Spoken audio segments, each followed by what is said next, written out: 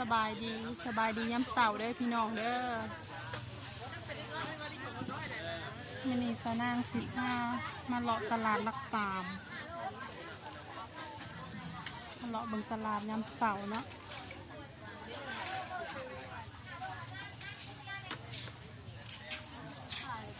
มาเลาะเบิ่งบรรยากาศย้ำเสาร์แม่ค้าเขาจะมาขายเครื่อง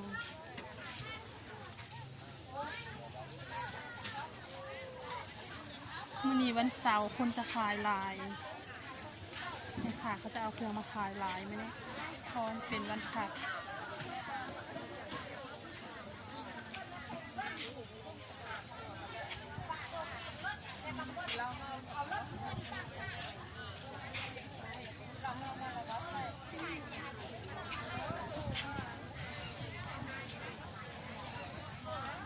เบิ่งบรรยากาศยามเสาร์ในตลาดหลักสาม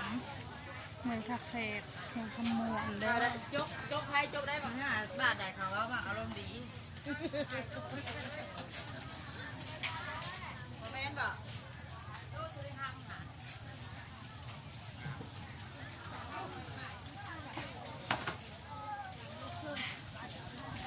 สบายดีกล่องเลยแม่ผู้บ่าว สบายดี เป็นอะไร หล่อไหม ขายดีบ่ขายเค ขาย รื่อง ดีขายข้าวจ้า ขายข่าวบ่ ขายเขาจ้า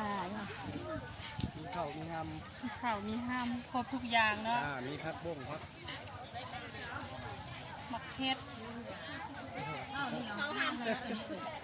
มักเฮ็ดก็งามเฮ็ดธรรมศาสตร์ขายไม่ขายอีกนะ เพราะว่า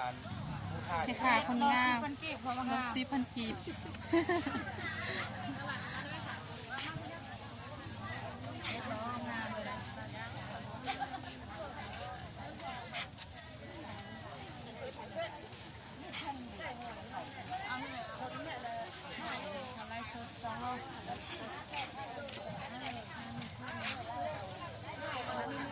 บรรยากาศยามเสาร์เด้อในตลาดหลักสามเมืองคาเฟ่แข่งขมวนคนก็จะหลายเลยเนาะมื้อนี้เพราะว่ามันเป็นวันเสาร์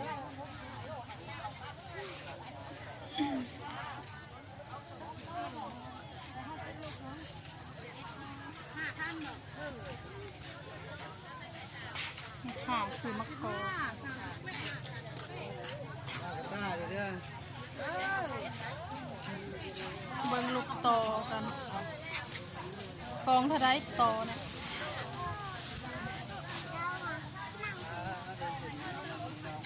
รุดได้บ่ให้ค่าคนงามรุดได้บ่เสียเอา2 กองเนี่ยกอง 4,000ได้บ่เอา2 กองเนี่ย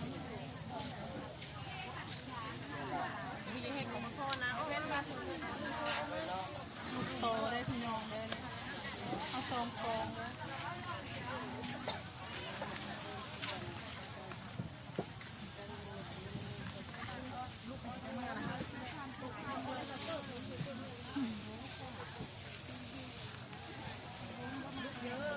1 ซุกหรอบะแต่เป็น1 คืนอีกเนาะเป็น1 คืนอีกบะขั่วเลยจะบอกเขาสิ1เอาไปบายเขามะกอกนี่ได้1,000จักหน่วยเจ้า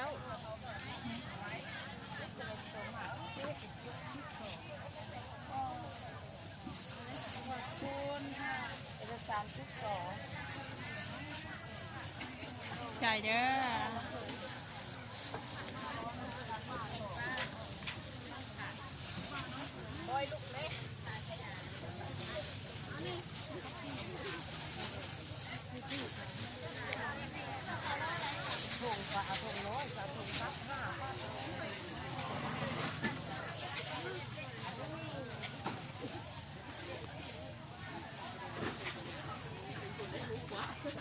มาเบิ่งผู้สาวขายข้าวต้มกันสบายดีไหมคะขายข้าวต้มขายดีบ่ อ๋อเลยไหมอ๋อเลยอ้าว อายกล่องอีกบ่ อ๋อเลยไหมได้แล้วเจ้ากำลังไล่สดอยู่เลยบอกว่าเจ้าเอากระบอกน้อยๆก็เป็นยังแต่พอได้ขายอยู่ แม่ค้าขายหนังขายดีบ่แม่ค้าขายโย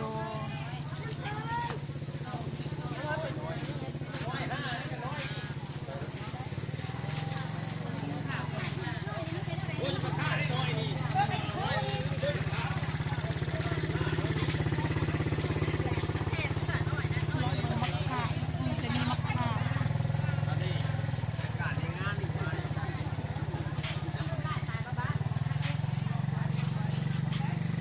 บรรยากาศยามเช้าในตลาดรักสามแข่งขมวนเด้อ อ๋อเลยไม่ค้าเช้าหนักขาย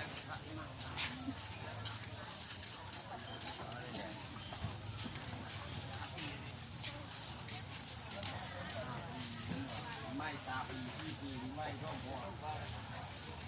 พันปลูกครับพันเศรษฐีในแนวพ่อมานี่มาแม่นนะ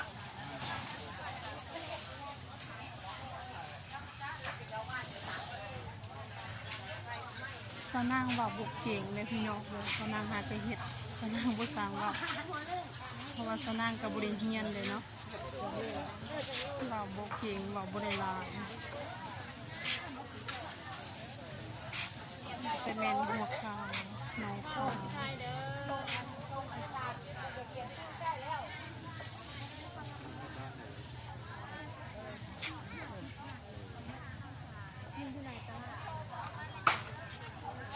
บรรยากาศยามเช้า